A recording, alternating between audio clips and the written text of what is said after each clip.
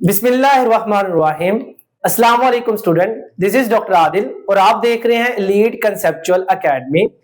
जैसे कि आप सबको पता है कि हम लोगों ने बायोलॉजी का न्यू सिलेबस की स्टार्ट किया हुआ था और आज उसका लेक्चर है दूसरा। प्रीवियस लेक्चर के अंदर यानी कि लेक्चर नंबर 1 के अंदर हम लोगों ने बायोलॉजी का इंट्रोडक्शन पढ़ा था और साथ हम लोगों ने बायोलॉजी की मेजर फील्ड्स के बारे में जिक्र किया था, विच is the zoology, botany and microbiology. आज हम लोग जिक्र करेंगे ब्रांचेस ऑफ बायोलॉजी के बारे में। ब्रांचेस ऑफ बायोलॉजी का जो स्टार्ट हम लोगों ने लेक्चर नंबर 1 के अंदर ही स्टार्ट किया था, जिसके हम लोगों ने 3 ब्रांचेस को स्टडी किया हुआ था। तो आज उसके पार्ट 2 की जानिब चलते हैं। तो आज स्टार्ट करते हैं अपने टॉपिक को, विच is the branches of biology. अगर हम लोग ब्रांचेस ऑफ बायोलॉजी की बात करें या सब फील्ड ऑफ बायोलॉजी की बात करें तो पहली 3 यानी कि हम लोग मॉर्फोलॉजी पढ़ चुके हैं, एनाटॉमी पढ़ चुके हैं, फिजियोलॉजी लेक्चर नंबर 1 के अंदर रीड कर चुके हैं, पढ़ चुके हैं। आज हम लोग अपनी चौथी ब्रांच नंबर 4 से स्टार्ट करते हैं, विच is the histology. Sir what is the histology? Histology is the microscopic study of tissue. हमारे पास टिश्यू को माइक्रोस्कोप एक डिवाइस होती है जिससे बहुत छोटी छोटी चीजों को देखने के लिए हम लोग इस्तेमाल कर रहे होते हैं। तो माइक्रोस्कोप को इस्तेमाल करते हुए टिश्यू के बारे में डील करना, स्टडी करने वाली ब्रांच को आप लोग क्या कहते हो? हिस्टोलॉजी कह रहे होते हो। सर अगर हम लोग बात करें व्हाट इज द टिश्यू, तो टिश्यू क्या होता है? It is the group of cells which has similar function. यानी कि हमारी बॉडी क्या होती है? सेल से मिलकर बनी होती है। Cell, what is the cell? Cell is a basic structural and functional unit of life. हमारी जिंदगी का बुनियादी आगे पास जो यूनिट होता है, it is called as the cell. और जब बहुत सारे सेल्स मिलके सिमिलर फंक्शन कर रहे होते हैं, एक जैसा ही काम परफॉर्म कर रहे होते हैं, it is called as the tissue. और टिश्यू को स्टडी करना माइक्रोस्कोप की सूरत के अंदर, माइक्रोस्कोप को इस्तेमाल करके, this is called as the histology. अगर हम लोग एग्जांपल के बारे में बात करें टिश्यू, तो एग्जांपल में आ जाता है मसल। अगर हम लोग मसल की बात करें तो मसल जो होता है आगे पास एक टिश्यू है जो कि बहुत सारे सेल से मिलकर बना होता है। This cells is called as a myocyte और मसल फाइबर। तो मसल फाइबर या मायोसाइट से के ग्रुप से मिलकर बनने वाला एक टिश्यू जिसका function similar. Sir what is the function of muscle? Sir muscle का फंक्शन क्या होता है? For the contraction. और जब आपके पास मसल कंट्रैक्ट करता है वो क्या करता है? बोन्स को मूव करवा रहा होता है। तो एक ग्रुप ऑफ सेल्स का मिलकर एक जैसा काम करने के ग्रुप ऑफ सेल्स को आप लोग टिश्यू कह रहे होते हो। और टिश्यू की स्टडी को हम लोग हिस्टोलॉजी कह रहे होते हैं। और हिस्टोलॉजी का पर्पस क्या होता है? हम लोग हिस्टोलॉजी के अंदर जो टिश्यूज की स्टडी कर रहे होते हैं, इसका पर्पस क्या होता है? हम लोग डायग्नोस कर रहे होते हैं आया के टिश्यू के अंदर जो अरेंजमेंट है मसल फाइबर्स की, आगे पास सेल्स की, एक्स्ट्रा सेलुलर फ्लूइड्स की, आगे पास कोई भी इंफेक्शन ने आके टिश्यू को हार्मफुल आगे पास नुकसान पहुंचाए नहीं पहुंचाए, तो डायग्नोसिस के लिए हम लोग क्या करते हैं? हिस्टोलॉजी को इस्तेमाल कर रहे होते हैं। इसके अलावा हम लोग ऑर्गन का स्ट्रक्चर और फंक्शंस को देखने के लिए भी हिस्टोलॉजी का मदद हासिल कर रहे होते हैं। जैसे फॉर एग्जांपल मेरे पास स्टमक है। अब स्टमक जो है आगे पास बहुत सारे टिश्यू से मिलकर बना हुआ है। इसके अंदर आगे पास सर्कुलर मसल्स भी होते हैं, स्मूथ मसल्स भी होते हैं, लॉन्गिट्यूडनल मसल्स भी होते हैं, सिक्रीटरी सेल्स भी होते हैं। तो हम लोग देखना चाह रहे होते हैं कि ऑर्गन का स्ट्रक्चर कैसा है, एक ऑर्गन के अंदर कौन कौन से टिश्यूज पाए जाते हैं। तो ऑर्गन के स्ट्रक्चर्स को स्टडी करने के लिए हमें किसकी जरूरत पड़ती है? हिस्टोलॉजी की जरूरत पड़ती है। आइए बढ़ते अपनी अगली ब्रांच ऑफ बायोलॉजी के बारे में, which is called as the cytology.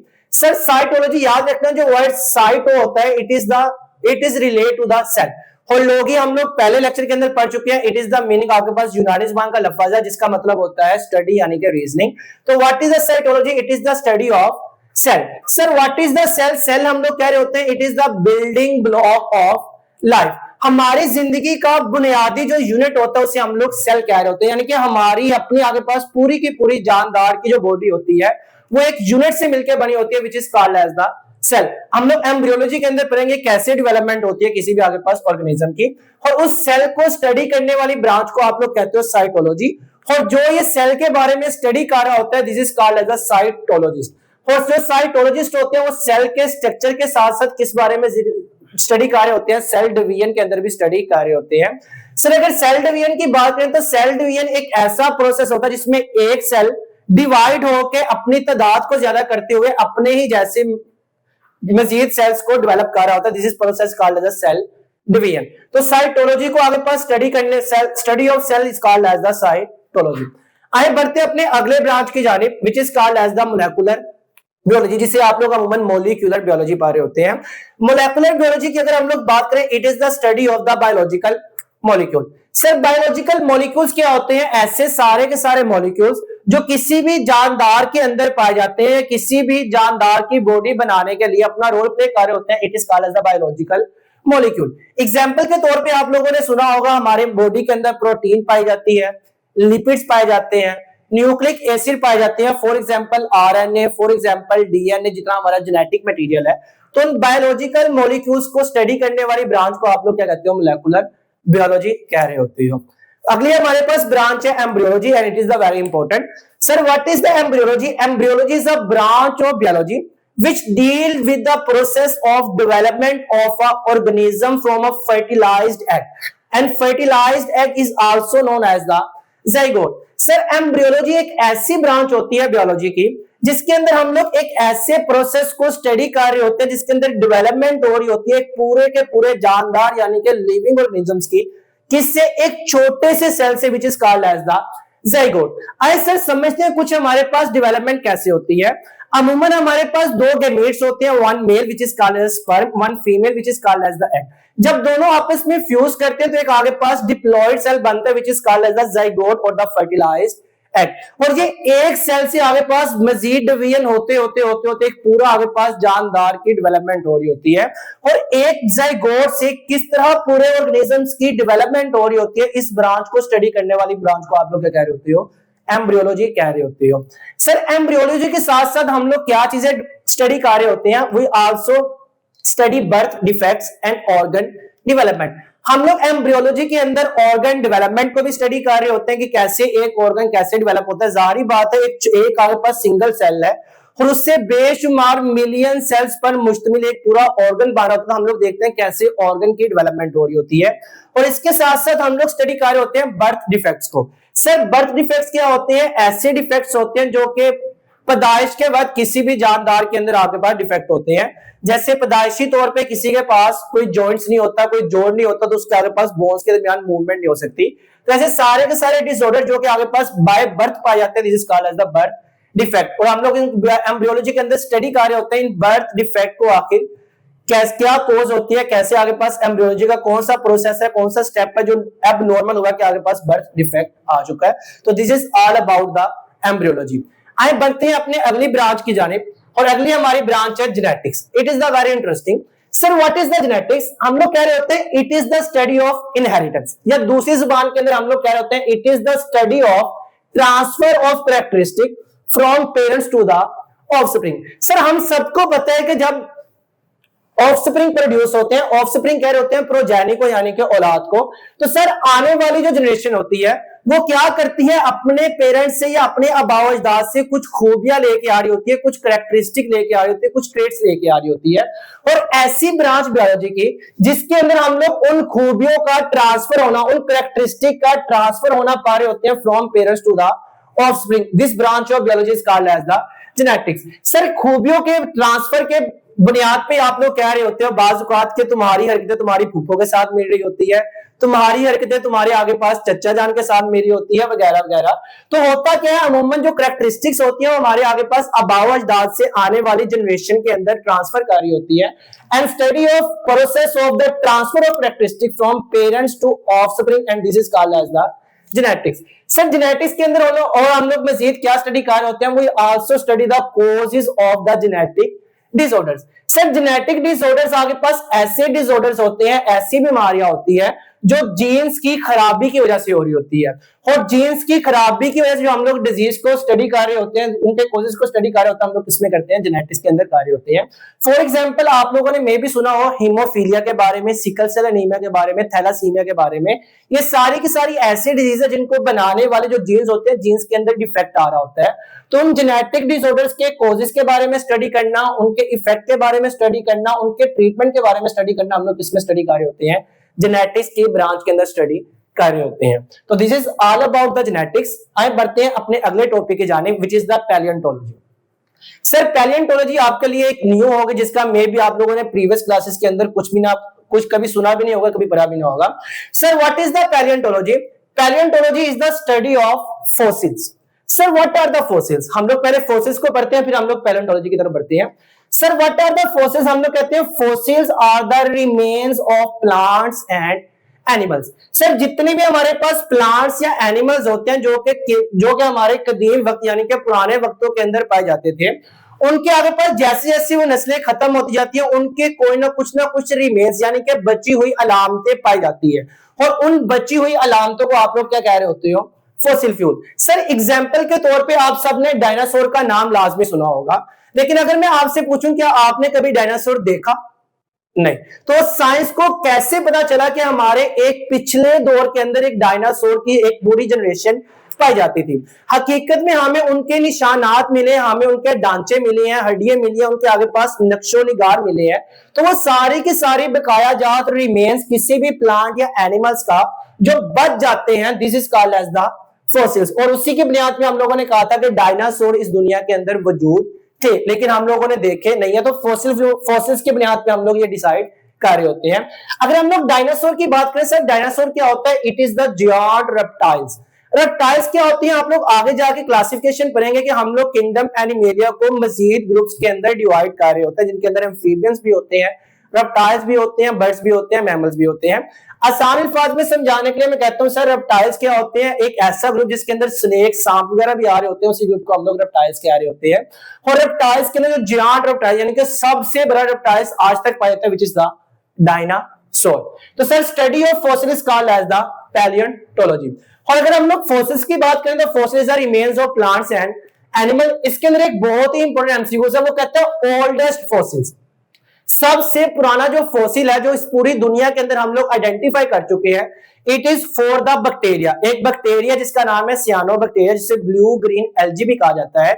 ये सियानोबैक्टीरिया का ओल्डेस्ट फॉसिल है, सबसे पुराना फॉसिल होता है, यानी कि इब्तदाई जिंदगी आपके पास यहां से आगाज हुई थी। इसके अलावा पैलियोंटोलॉजी के अंदर हम लोग स्टडी कर रहे होते हैं एवोल्यूशनरी हिस्ट्री को। Sir what is the evolutionary history? History को समझने के लिए सबसे पहले क्या करना को समझना पड़ेगा, what is the evolution. Sir evolution एक ऐसा प्रोसेस होता है जिसमें एक स्पीशीज के अंदर चेंजिंग आते आते वक्त गुजरते गुजरते वो एक इतना चेंजिंग आ जाता है कि वो एक स्पीशीज किसी और दूसरी स्पीशीज के अंदर कन्वर्ट हो जाती है। यानी कि आसान अल्फाज में कि वक्त गुजरते गुजरते एक स्पीशी में इतना चेंज आता जाए कि वो एक न्यू स्पीशी की डेवलपमेंट करते हैं। This process called as the evolution. मशहूर जमाना मिसाल है कि डार्विन ने कहा था कि इंसान बंदर से तख्लीक हुआ, यानी कि उनकी एवोल्यूशन से हुआ अकॉर्डिंग टू साइंटिफिक व्यू। तो आगे पास एक स्पीशी का दूसरी स्पीशी के अंदर कन्वर्ट हो जाना, it is called as the evolution. और एवोल्यूशनरी हिस्ट्री क्या होती है कि कौन सी स्पीशी से कौन सी स्पीशी और उस स्पीशी से आगे कौन सी स्पीशी बनी है, it is called as the evolutionary history. हम लोग पैलियोंटोलॉजी के अंदर इसका भी एविडेंस इस्तेमाल कर रहे होते हैं। हम लोग फोर्सेस को देख रहे होते हैं कौन सा ओल्डेस्ट था, उसके बाद क्या क्या चेंजिंग आ रहे होते हैं फॉसिल फ्यूल के अंदर, यानी कि कौन सा फॉसिल किसमें कन्वर्ट हो रहा है, यानी कि कौन सी स्पीशी किसमें कन्वर्ट हो रही होती है। तो फॉसिल फ्यूल्स के लिहाज से किसी भी तरह की स्टडी हम लोग जिस ब्रांच ऑफ बायोलॉजी के अंदर कर रहे होते हैं, it is called as the palaeontology. और हम लोग एवोल्यूशनरी हिस्ट्री के बारे में भी जिक्र कर रहे होते हैं इसके अंदर। उम्मीद है इसमें कोई मसला नहीं होगा, आपको समझ आ गई होगी। आगे हम लोग अगली ब्रांच की जानिब जाएं, it is called as the taxonomy. Sir taxonomy भी आपके लिए न्यू होगी। What is the taxonomy? Taxonomy is a branch of biology in which we deal with the classification of organism according to the similarities between the organisms and differences between the organism। Sir taxonomy क्या होती है? एक ऐसी branch होती है biology की जिसके अंदर हम लोग क्या करते हैं, क्लासीफाई कर रहे होते हैं, ग्रुप्स बना रहे होते हैं, किसके? लिविंग ऑर्गेनिज्म के। किस बुनियाद पे? उनके दरमियान सिमिलैरिटीज कितनी है, उनके दरमियान डिफरेंसेस कितने पाए जाते हैं। अगर हम लोग इसके आगाज के बारे में बात करें तो स्टार्टिंग पे एरिस्टोटल के जमाने के अंदर सारे के सारे जानदारों को दो बड़े ग्रुप के अंदर कन्वर्ट कर दिया गया। सर कौन कौन से? One is the kingdom plantae, other one is the kingdom animalia. Sir उसने कहा कि जो सारे के सारे जानदार जो अपनी खुराक खुद तैयार कर सकते हैं उसे उसने किंगडम प्लांटी के अंदर रख दिया, और वो सारे के सारे जानदार जो अपनी खुराक खुद तैयार नहीं कर सकते उसने उसका आगे पास किंगडम एनिमेलिया के अंदर रख दिया। तो कुछ खूबियों के सिमिलैरिटीज या डिफरेंसेस की वजह से जब हम लोग लिविंग ऑर्गेनिजम्स को ग्रुप्स के अंदर क्लासिफाई कर रहे होते हैं, this branch is called as the taxonomy.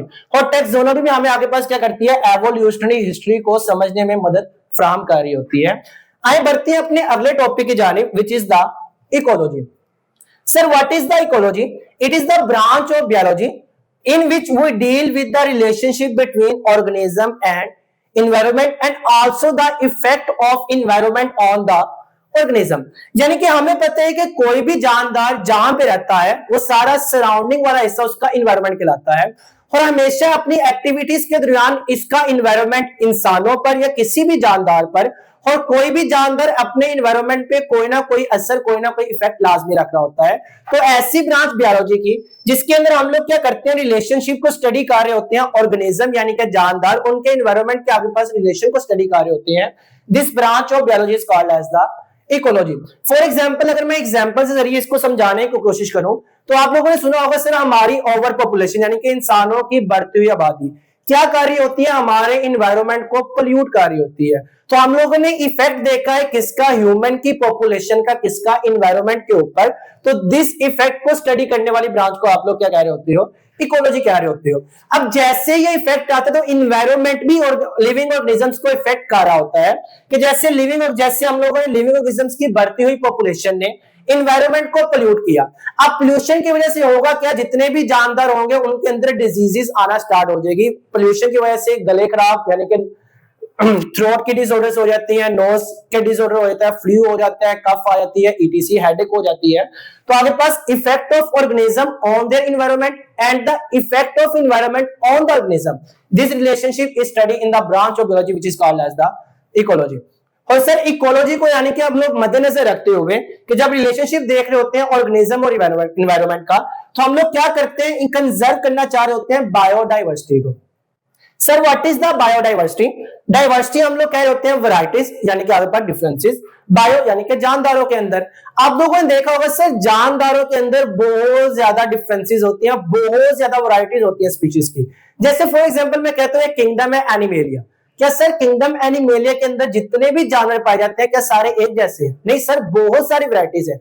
कुछ डॉग्स हैं, कुछ कैट्स हैं, कुछ टाइगर्स हैं, कुछ लायंस हैं, कुछ जिराफ हैं, कुछ आगे पास ज़ेब्रा ईटीसी। जो वैरायटीज होती है जानदारों के अंदर, this is called as the biodiversity. तो हम लोग जब उनके इन्वायरमेंट के साथ रिलेशनशिप पा रहे होते तो हम लोग उस बायोडाइवर्सिटी को कंजर्व यानी कि तहफ्फुज देने के लिए, बचाने के लिए भी कोशिशें कर रहे होते हैं किसके अंदर, इकोलॉजी के अंदर। और ecology also deal with the food chain. Sir food chain क्या होती है? एक इंटरेस्टिंग सब्जेक्ट, एक इंटरेस्टिंग कांसेप्ट है, हम लोग इसको समझते हैं। What is the food chain? Sir नाम से रहा होगा चेन क्या होता है, कुछ सीक्वेंस ऑफ इवेंट्स को मिला के जो आगे पास सीरीज ऑफ इवेंट बनता है, it is called as the chain. Food ऐसी चेन, ऐसे आगे पास सीरीज ऑफ इवेंट जिसके अंदर फूड मूव कर रही होती है, it is called as the food chain. Sir for example मैं कहता हूं खुराक कौन तैयार करते हैं? प्रोड्यूसर्स यानी कि प्लांट्स। प्लांट्स पे फ्रूट्स लगते हैं वगैरह वगैरह, आगे पास वो खुराक को तैयार करते हैं। फॉर एग्जांपल मैं कहता हूं आगे पास ग्रास ग्रो की। अब सर ग्रास को किसने खाया? रैबिट ने। रैबिट को किसने खाया?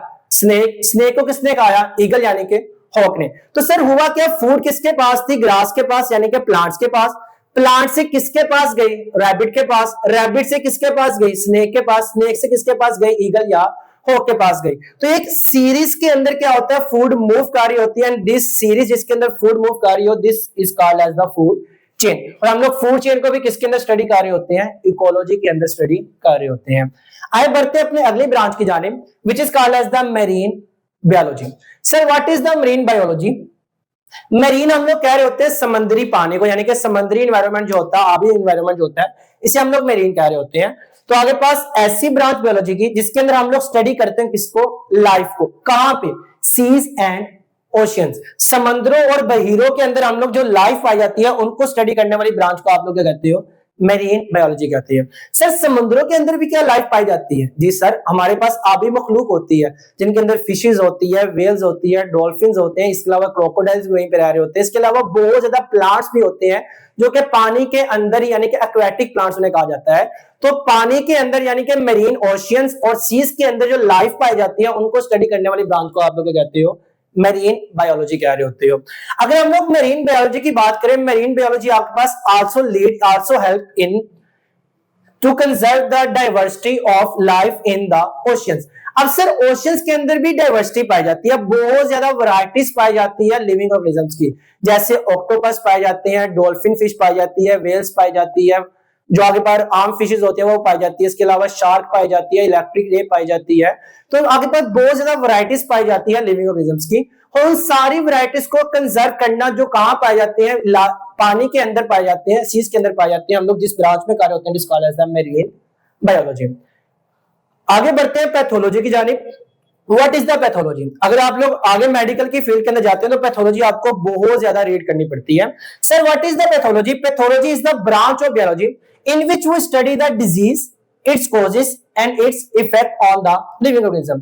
सर हमें पता है कि आगे पास जब जिंदगी गुजार रहे होता है कोई भी लिविंग ऑर्गेनिज्म, तो उसको बहुत सारी दुश्वारियों का सामना भी करना पड़ता है, जिसमें बाज़ औक़ात वो आगे पास डिजीज के अंदर मुब्तला हो जाता है, किसी बीमारी के अंदर मुब्तला हो जाता है।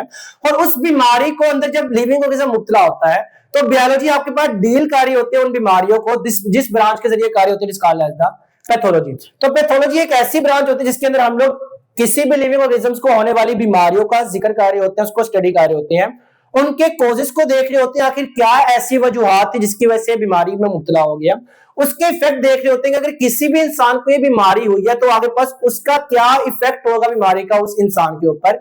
जैसे फॉर एग्जांपल किसी को लंग की डिसऑर्डर हो जाता है, आगे पास लंग्स कैंसर हो जाता है, तो उसको क्या क्या डिसऑर्डर हो सकते हैं? सर उसको फीवर हो सकता है, सर उसको क्या हो सकता है, और कफिंग हो सकती है, सांस लेने में दुश्वारी हो सकती है। तो ये सारी की सारी बीमारियों के इफेक्ट किसी भी जानदार के अंदर देखना हम लोग किसमें देख रहे होते हैं? पैथोलॉजी के अंदर देख रहे होते हैं। इसी के अलावा अगर हम लोग एग्जांपल तो ले चुके हैं लंग कैंसर की, तो लंग कैंसर के अगर मैं कॉजेस की बात करूं, sir what is the causes? हम लोग कह रहे थे कोई भी प्लूटेंट हो गया, स्मोकिंग होगी, कोई भी ड्रग्स हो गए, या आपके पास ये जेनेटिक डिसऑर्डर भी हो सकता है। तो डिजीज के बारे में किसी भी लिहाज से स्टडी करना, उसके कॉजेस को देखना, उसको आइडेंटिफाई करना, उसको डायग्नोज करना या उसके इफेक्ट को स्टडी करना, it is deal with the pathology. और पैथोलॉजी आगे हमें आगे पास मदद दे रही होती है क्या करने के लिए? डायग्नोसिस करने के लिए, ट्रीटमेंट देने के लिए और आगे पास प्रिवेंशन करने के लिए। यानी कि जब एक बीमारी हो गई, हम लोगों ने कॉजेस भी देख लिए, इफेक्ट भी देख लिए, अब अगर हम लोग चाह रहे होते हैं कि अगर हम लोग बहुत अच्छे साइंटिस्ट है, बहुत अच्छे आगे पास बायोलॉजिस्ट है, फिजिशियन है, डॉक्टर है, तो हम लोग जानदारों को उस बीमारी के अंदर मुब्तला नहीं देख सकते। हम लोग क्या करना चाहते हैं? उसका डायग्नोस करना चाहते हैं, उसको चेक करेंगे, उसका ट्रीटमेंट करेंगे, यानी कि उसको आगे पास क्योर करने की कोशिश करेंगे और प्रिवेंट करेंगे आया कि आगे पास ये कहीं स्प्रेड होकर बहुत मजीद जानदारों को मुब्तला ना कर दें। तो ये सब कुछ जहां पे स्टडी किया जाता है, it is in the pathology. और पैथोलॉजी की लास्ट लाइन में तकरीबन जिक्र किया हुआ उसने कैंसर का। Sir what is the cancer? Sir हमें पता है एक सेल मजीद डिवाइड अपनी तादाद को बढ़ाने के लिए डिवाइड कर this is called as the cell division. अब एक सेल ने कितने सेल्स बनाने हैं, कितने आगे पास तादाद को प्रोडक्शन का प्रोड्यूस करना है, से सारा का सारा कंट्रोल हो रहा होता है एक सिस्टम के जो कि हमारी बॉडी के अंदर इनबिल्ट होता है। अगर किसी भी रीजन की वजह से, किसी भी कॉज की वजह से अगर ये कंट्रोल सिस्टम जो होता है वो आगे पास डैमेज हो जाता है, तो होगा क्या? जो सेल डिवीजन होगी वो बहुत रैपिडली होती जाएगी और आपके पास अनकंट्रोल हो जाएगी, जिसकी वजह से क्या होगा? बहुत सारे अनडिफरेंशिएटेड सेल्स का एक क्लस्टर बनेगा and this uncontrolled division of cell is called as the cancer. और कैंसर को भी हम लोग किसमें डील कर रहे होते हैं? पैथोलॉजी के अंदर डील कर रहे होते हैं। इसके अलावा हम लोग चलते हैं सेकंड लास्ट ब्रांच की जाने, which is called as the pharmacology. Sir what is the pharmacology? मे भी आप लोगों को कुछ आइडिया हो रहा होगा, फार्मेसी के साथ रिलेट कर रहा होता है। तो what is the pharmacology? It is the study of drugs and their effect on the living organism. Sir हमारे पास एक ऐसी ब्रांच बायोलॉजी के अंदर जिसके अंदर हम लोग ड्रग्स को स्टडी कर रहे होते हैं, और अमूमन वो वाली ड्रग्स जो कि किसी भी लिविंग ऑर्गेनिज्म पे कोई अपना आपके पास असर रख रही होती है, and this study is called as the pharmacology. तो क्या एग्जांपल के तौर पे फार्माकोलॉजी के अंदर एग्जांपल उसने दी हुई है एंटीबायोटिक। एंटीबायोटिक क्या होती है? एक ऐसी मेडिसिन होती है जो बैक्टीरिया को किल कर रही होती है, और हम लोग इसका इस्तेमाल कर रहे होते हैं ऐसी ट्रीटमेंट के लिए जो कि बैक्टीरिया की वजह से होती है, यानी कि बैक्टीरियल इन्फेक्शन की वजह से। अब जब कभी कोई भी बैक्टीरिया इन्फेक्ट कर रहा होता है किसी भी जानदार को, तो उसे हम लोग एंटीबायोटिक देते हैं ताकि वो जाके क्या करे? उस इन्फेक्शन कोज करने वाले बैक्टीरिया को जाकर किल कर दे। तो ये सारी स्टडी जो ड्रग्स की उनके इफेक्ट की स्टडी की जाती है, जिस ब्रांच में की जाती है, it is called as the pharmacology. आगे क्लास बढ़ते हैं अपने लास्ट ब्रांच की जानिब, विच इज द इम्यूनोलॉजी। ये एक ऐसी ब्रांच है which deal with the components of the immune system and its role. Sir immune system क्या होता है? इम्यून सिस्टम हम लोग उर्दू में से कह रहे होते हैं कुव्वते दिफा, यानी कि हमारी हिफाजत करने वाला एक निजाम होता है जो अल्लाह तबारक व तआला ने हमारी बॉडी के अंदर ही बिल्ट इन किया हुआ है। It is called as the immune system. और एक ऐसी ब्रांच जिसके अंदर हम लोग इम्यून सिस्टम को स्टडी कर रहे होते हैं, उसके रोल को और उसके कंपोनेंट को। Sir what is the component of the immune system? हम लोग कह रहे होते हैं डब्ल्यूबीसीज, यानी कि व्हाइट ब्लड सेल्स जो हमारी बॉडी के अंदर पाए जाते हैं। यह हमारी एक फौज होती है जो हमें किसी भी बाहर से आने वाले डिजीज कोज करने वाले इन्फेक्शियस ऑर्गेनिज्म से बचा रही होती है, तहफ्फुज़ दे रही होती है। और जिस ब्रांच के अंदर हम लोग स्टडी कर रहे होते हैं उसे हम लोग इम्यूनोलॉजी कह रहे होते हैं।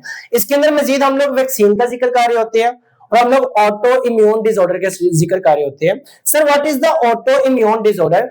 ऑटो इम्यून, ऑटो यानी कि अपने ही, इम्यून इम्यूनिटी की वजह से डिसऑर्डर हो जाना, यानी कि ऐसी बीमारी जिसमें हमारा ही तहफ्फुज करने वाला निजाम हमें ही किल करने की कोशिश कर रहा हो, हमारे ही सेल को किल कर रहा हो, यानी कि अपने फौजियों को मार रहा हो। This disorder is called as the autoimmune disorder. उम्मीद है आज का आपको टॉपिक समझ आया होगा। मिलते हैं अगले लेक्चर के साथ, तब तक के लिए अल्लाह हाफिज।